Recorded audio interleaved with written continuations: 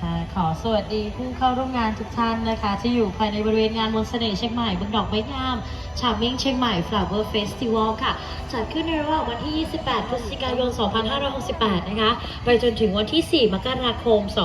2569 ค่ะเริ่มต้นตั้งแต่เวลา 8 นาฬิกาไปจนถึงเวลา 23 นาฬิกาของทุกวันนะคะณบริเวณศูนย์ราชการบริหารส่วนจังหวัดเชียงใหม่นั่นเองค่ะและก่อนที่เราจะนำพาทุกท่านนะคะร่วมรับชมการแสดงขอเรียนเชิญค่ะผู้มีเกียรติทุกท่านโปรดลุกขึ้นยืนเพื่อถวาย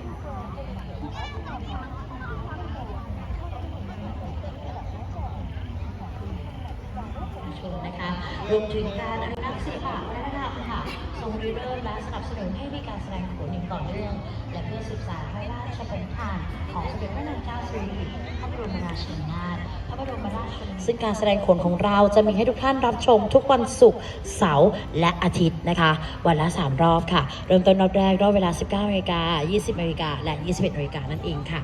และต่อเนื่องกันด้วยการแสดงสีสันแห่งนักพูดดนตรี Wonder Fountain Music Laser Show เพื่อต้อนรับแขกผู้มีเกียรติทุกท่านนั่นเองค่ะ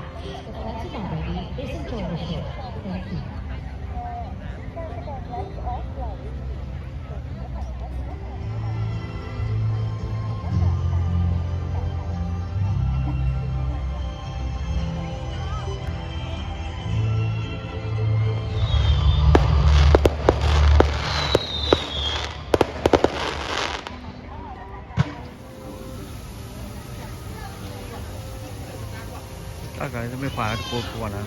都老的几节了。都老了几节了那个。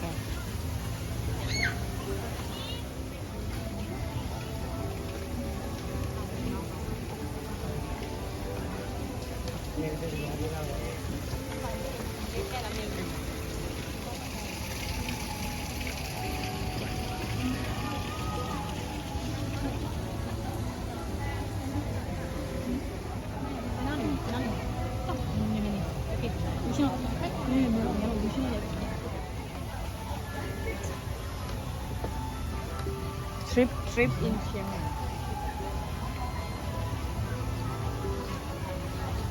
Là ta chi hả? Lên chi lọ? Là ta chi cái Tắt cái gì cái tao rồi. Cái bên này đi vào. Dạ. Nè.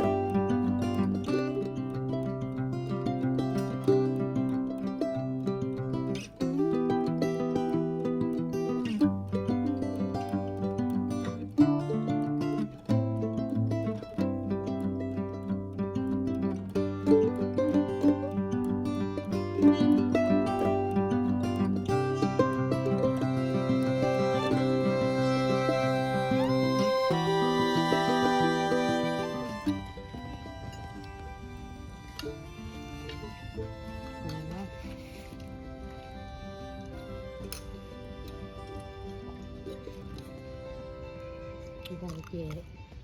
dulu kita